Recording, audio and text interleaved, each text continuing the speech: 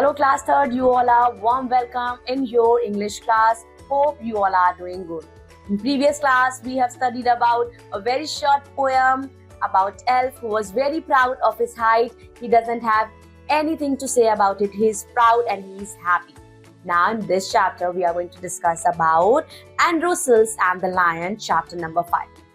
Now, here we are going to study about a tale which is related to lion and Androseles. Now let's get started with our chapter. Be ready.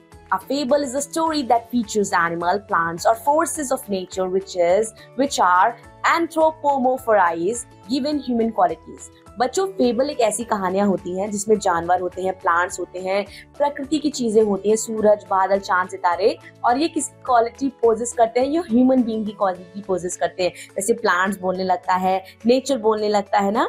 Fable always ends with moral, और fable हमेशा बच्चों moral से and होता है. वो हमेशा कुछ ना कुछ हमें नैतिकता सिखाता है. चलिए स्टार्ट करते हैं इस प्यारी सी टेल्स को.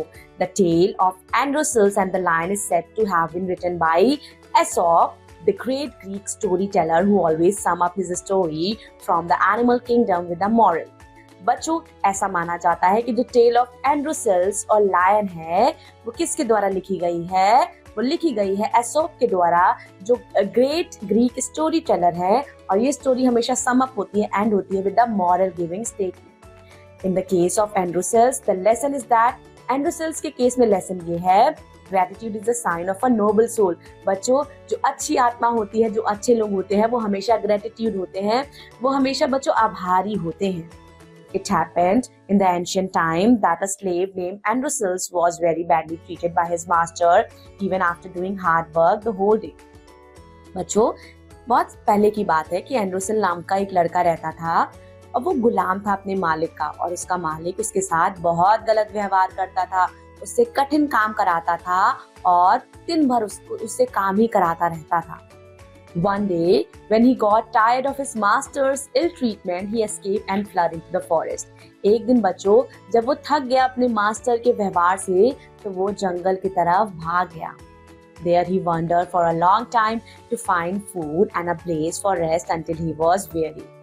He sat down for a while to take rest. As soon as he sat down, he heard a lion moaning and groaning. बच्चों, भागते भागते वो जब जंगल में पहुंचा तो वो इधर से उधर भटकते रहा खाने की तलाश में.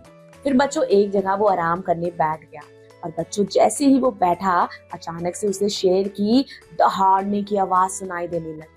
And at that times roaring terribly near him. और जो शेर है ना, वो मोन कर रहा था, दहाड़ भी रहा था और रो भी रहा था. अब वो बहुत भयंकर शेर को देख के कोई भी डर जाएगा, तो वो भी डर गया. When he got up and tried to see, जब वो उठा और उसने देखा कि शेर जो है उसी की तरफ आ रहा है. Instead of attacking him, the lion kept on moaning on the ground. और बच्चों, उसके ऊपर अटैक करने के बावजूद जो लायन है वो जमीन पे मोन कर रहा है, ऐट रहा है, रो रहा है. And looking at Androseles को देख के फिर उसने नोटिस किया कि लायन जो है वो अपना पैर उठाए. बच्चों, जानवर जो 4 legs एनिमल होते हैं, उनके पैर को हम लेग्स नहीं पॉ बोलते हैं.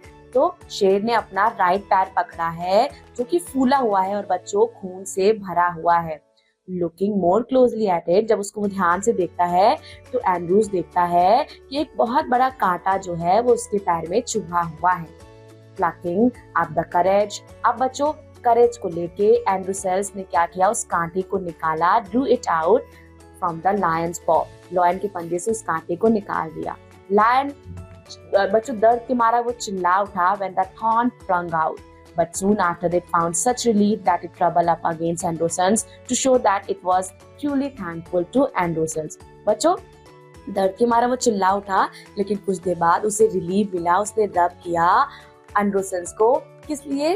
ताकि वो अपना आभार दिखा सके. एक दिन क्या हुआ बच्चों, बहुत सारे सिपाही जो है वो मार्च करते हुए फॉरेस्ट में आए और उन्हें Androseles मिल गया. अब वो उसे लेके उनके मास्टर के पास गए और उसने उन्हें क्या दी, उन्हें सजा सुना दी. It was a custom to throw the murderers and other criminals before the lion. और बच्चों वहाँ की ये रीति थी कि जो भी क्रिमिनल्स होगा, गुनहगार होगा, उसे कहाँ फेंक देंगे, उसे बच्चों एक ऐसी गुफा में फेंक देंगे जहाँ लायन रहेगा और वो उन्हें खा जाएगा. अब उसे एक एरिना में ले जाया गया. एरिना एक प्लेस है बच्चों जहाँ क्रिमिनल्स को फेंका जाता था, तो एंड्रोसेल्स को वहीं छोड़ दिया गया.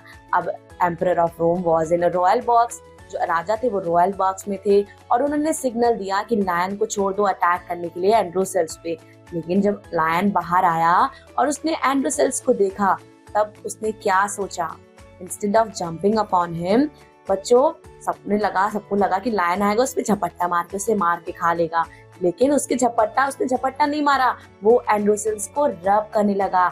It rub against him and stroke Androcles with his paw, और ऐसे अपने पॉ से स्ट्रोक करने लगा एंड्रोसेल्स को. It was of course the lion which Androseles had met in the forest. हाँ बिल्कुल ये लायन वही था जिसके पैर से कांटा एंड्रोसेल्स ने निकाला था जंगल में. Androseles told Emperor all that had happened to him in the forest and how the lion was showing gratitude to him. Thereupon the emperor pardoned Androseles and ordered his master to set him free. बच्चों अब emperor ने क्या किया, emperor ने एंड्रोसेल्स को माफी दे दी और उसे आजादी दे दी, क्योंकि इतना प्यार देके कि दोनों के प्रति कितना ग्रेटिट्यूड है, राजा का दिल पिघल गया. While the lion was taken back into the forest and let loose to enjoy freedom once more. Okay dear learner, that was very short story. That story is all about being grateful. अगर हमारे लिए कोई कुछ करता है तो बच्चों हमें भी जब भी अवसर आए, जब भी मौका आए, तो हमें भी उसके लिए उतने ही प्रेम से चीजें करनी चाहिए. We should never be selfish. We should always be kind and grateful.